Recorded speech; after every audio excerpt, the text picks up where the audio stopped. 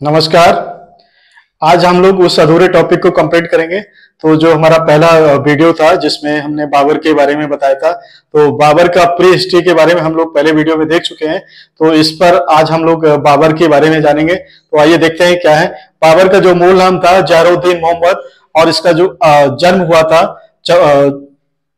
हुआ था 14 फरवरी 1483 में टांसाक्शियाना फरगना, जो आजकल उज्बेकिस्तान में पड़ता है।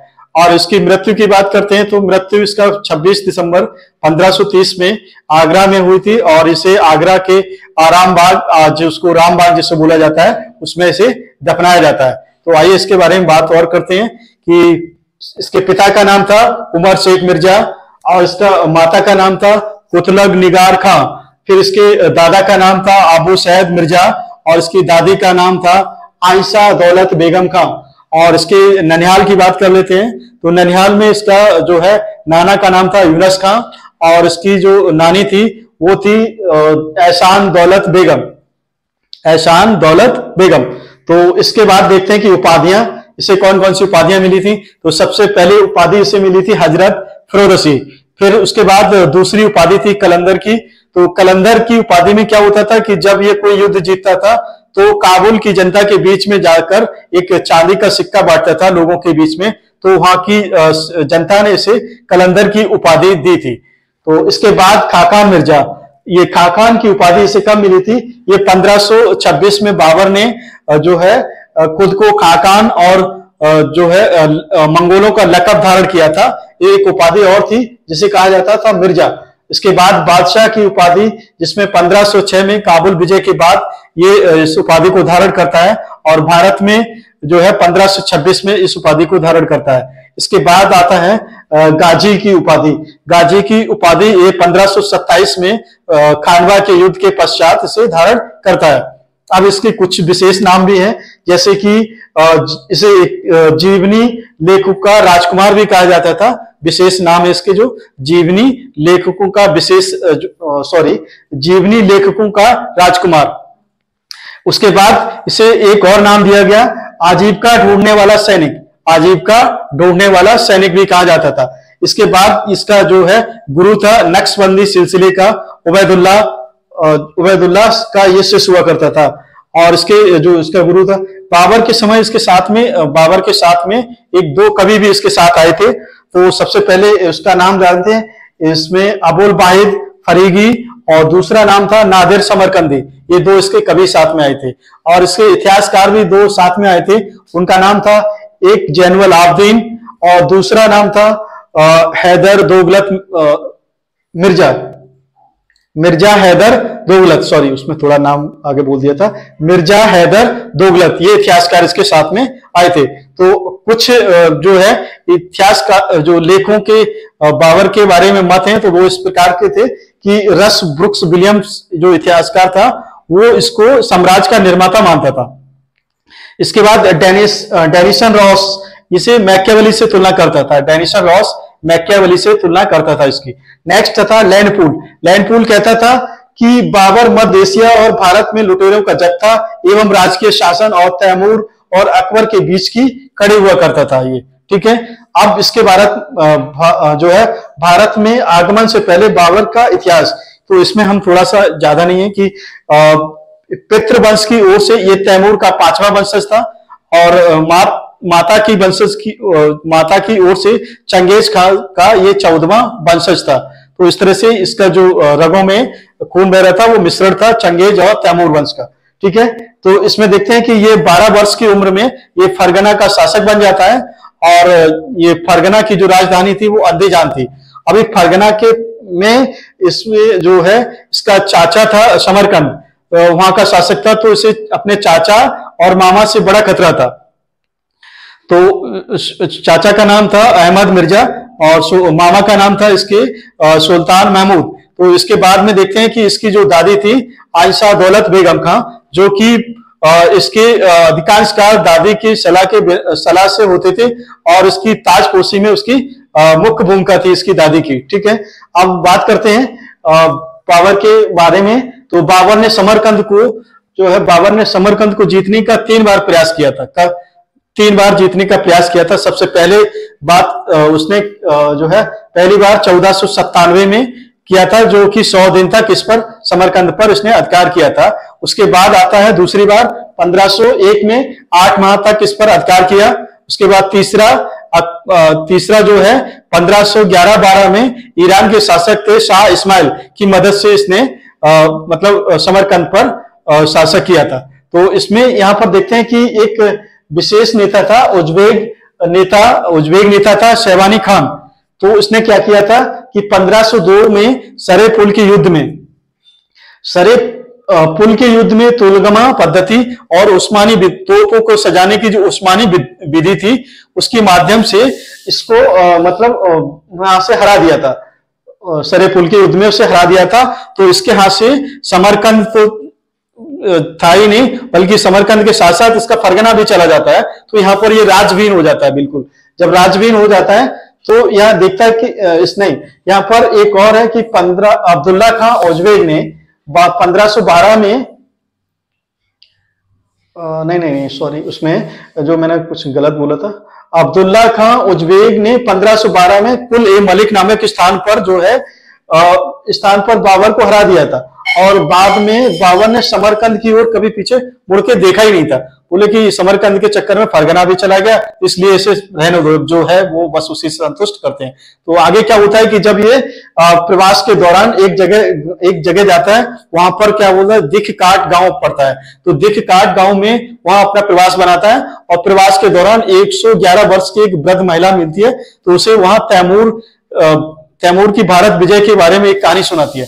तो उसके मतलब भारत आने की कुछ चेष्टा होती है कि मैं देखता हूं कि भारत में ऐसा क्या था कि हमारे जो वंशज है उन्होंने भारत पर आक्रमण किया। तो इसका एक और विवादों से नाता रहा कि कुछ लोग मानते हैं कि सिया धर्म से संबंधित था, लेकिन जो है सिक्कों पर उत्कीर्ण कुछ सिया मंत्रों की जानकारी के अनुसार कुछ समय के लिए इसने सिया धर्म भी अपनाया था। और वहां पर जो है ईरानी पोशाक पहनी थी जिसे किजलिस बास कहते थे। ईरानी पोशाक जिसे किजलिस बास कहते थे। तो अब हम लोग देखते हैं कि भारत पर बाबर के आक्रमण के प्रमुख कारण क्या थे। तो इसमें हम लोग देखते हैं कि प्रमुख कारण कौन कौन से थे। तो आइए कारण में सबसे पहले बात करते हैं। बाबर जो है काबुल को घोर गरीबी देश मानता था और यहाँ से इनकम बहुत कम होती थी, आय मतलब बहुत कम होती थी। इसके बाद बाबरनामा में लिखता है कि वह विस्तृत राज के साथ साथ भी भारत की जो सोने की शिलाएं थी, भारत के सोने के सिक्के का बामूल्य जो है उसे आकर्षण कर रहा था। वेरी गुड, बहुत अच्छी बात कर रहा था। तो काबुल हमेशा उज्बेकों से हमला की आशंका की वजह से ये अपने आप को सुरक्षित नहीं मानता था और भारत को मतलब एक सुरक्षित स्थान के रूप में दिखता था कि भारत में हम सुरक्षित रह सकते हैं। नेक्स्ट बात करते हैं बाबर के आक्रमण के समय भारत की राजनीतिक स्थिति क्या थी। तो इसमें बात करते हैं कि इस समय भारत की राजनीतिक स्थिति तो विकेंद्रित थी, जो किसी आक्रमणकारी के लिए सबसे उपयुक्त होती थी। इसके बाद हम बात करते हैं कि दौलत खां लोधी और राणा सांगा ये दोनों ने भारत पर आक्रमण करने के लिए बाबर को आमंत्रित किया था। तो जब वो आमंत्रित किया था उसके बाद देखते हैं कि उस टाइम बाबरनामा में बाबर के समकालीन जो है 5 मुस्लिम शासकों तथा और 2 हिंदू राजाओं को उल्लेख मिलता है। तो 2 हिंदू राजाओं को ये काफिर के नाम से पुकारता था। तो सबसे पहले देखते हैं कि 2 हिंदू राजा कौन कौन से थे। उस टाइम जो है कृष्ण देवराय ये विजयनगर का शासक हुआ करता था। उसके बाद जो है मेवाड़ के राजा राणा संग्राम सिंह ये मेवाड़ के शासक हुआ करते थे। अब बात करते हैं मुस्लिम शासकों की। तो मुस्लिम शासकों में मुजफ्फर शाह द्वितीय ये गुजरात का शासक हुआ करता था। उस टाइम जब मतलब भारत में युद्ध करने आक्रमण करने की सोच रहा था, तब जब 1526 में इसने भारत पर आक्रमण किया था पानीपत के प्रथम युद्ध पर, तो उस टाइम जो है गुजरात का शासक बहादुर शाह बना था। तो यहाँ पर दूसरा शासक था इब्राहिम लोधी जो आगरा और दिल्ली पर शासन कर रहा था उस टाइम। इसके बाद नुसरत शाह ये बंगाल में शासन कर रहा था। ये 1519 से लेकर 32 तक इसने बंगाल पर शासन किया था। इसके नेक्स्ट में तुम्हारा महमूद शाह द्वितीय ये बंगाल ये मालवा का शासक हुआ करता था। इसके बाद अलाउद्दीन बहमन शाह बहमनी राज का जो है उस टाइम राजा हुआ करता था। ठीक है, तो ये तो हमारे इस टाइम का होगा। अब बाबर ने भारत पर 5 आक्रमण किए थे, उसके बारे में हम लोग कोशिश करते हैं कौन कौन से आक्रमण हुए। तो बाबर ने उस बाबरनामा में उसने भारत पर पहला आक्रमण 1505 में नील नहर यानी कि जलालाबाद पर बताया था। लेकिन कुछ इतिहासकार हैं और जो जैसे अबुल फजल और इसने 1505 वाले को प्रथम तथा फरिश्ता ने 1519 वाले को प्रथम माना। लेकिन कुछ आधुनिक इतिहासकार थे तो 1519 वाले को ही मतलब बाबर का पहला आक्रमण मानते हैं, क्योंकि जो बाजौर भैरा को मानते हैं, यानी कि जिसे भारत का प्रवेश द्वार कहा जाता है।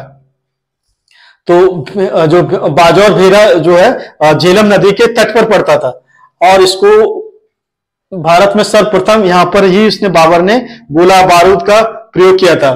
ठीक है, नेक्स्ट है 1519 में बाबर का दूसरा हमला भी होता है सितंबर में। कब? सितंबर 1519 में ये बाबर का दूसरा हमला होता है पेशावर में। तीसरा आक्रमण होता है ये 1520 में सियालकोट पर हमला करता है और भारत का प्रवेश द्वार भी इसे माना जाता है सियालकोट पर। तो चौथा आक्रमण 1524 में करता है, ये लाहौर और दीपालपुर पर हमला करता है। नेक्स्ट आता है हमारा 5वां आक्रमण, ये जो 1526 का है। इतिहास में इसे पानीपत का प्रथम युद्ध के रूप में ये विख्यात है।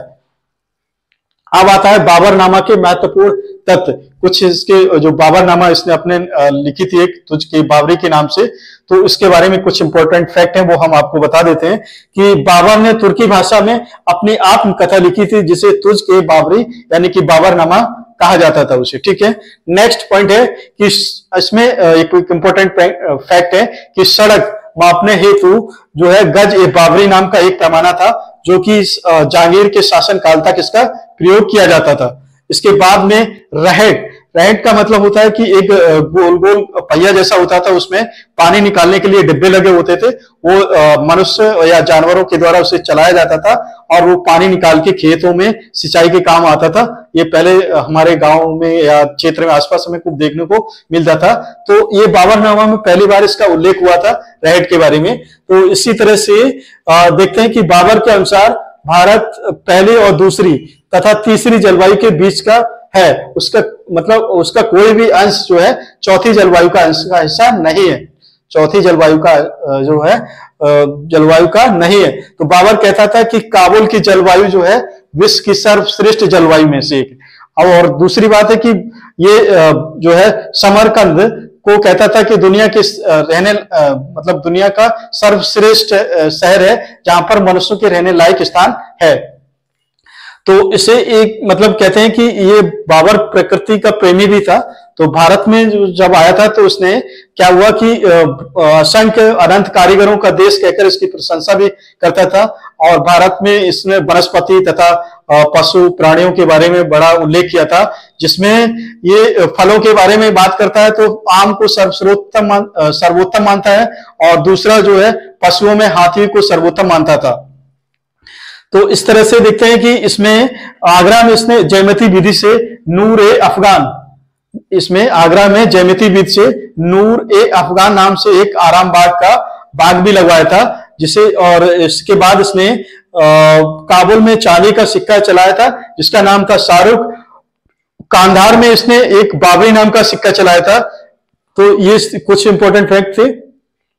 अब आते हैं कि बाबर जो है फारसी, तुर्की और अरबी भाषा का भी एक मतलब विद्वान था और जिससे तीनों भाषाओं का अच्छा ज्ञान था। इसके बाद में देखते हैं कि अरबी भाषा में इसने मुवाइन लिखी थी, पद्य शैली में लिखी गई थी मुवाइन, और इसने तुर्की गीतों का एक रचना की थी जिसे दीवान कहा जाता था। ठीक है, जिसे दीवान कहा जाता। बाबर ने एक नवीन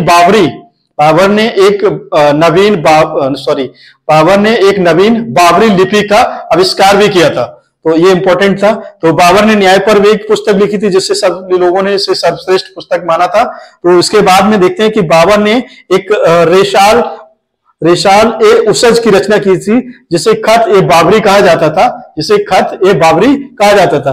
तो बाबरनामा का फारसी में अनुवाद पाइंद खां और अब्दुल रहीम खान तथा अंग्रेजी में स्टर्न और श्रीमती बैबरेज ने किया था।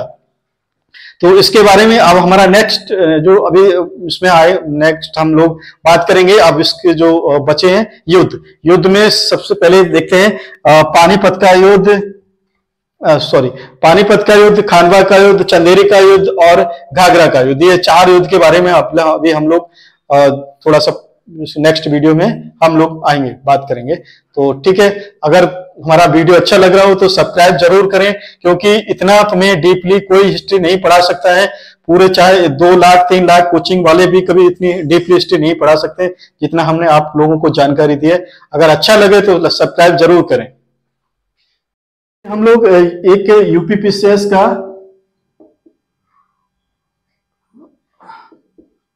(2024) आरओ, एआरओ तथा अन्य प्रतियोगी परीक्षाओं के लिए हमने कुछ बैच स्टार्ट किए हैं। तो इनमें जो भी प्रतियोगी छात्र अगर जुड़ना चाहता है तो वो व्हाट्सएप नंबर पर 9599801251 पर जानकारी ले सकता है, और यूपीपीसीएस 2023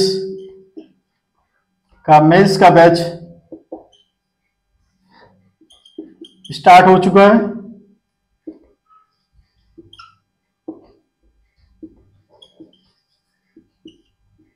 है।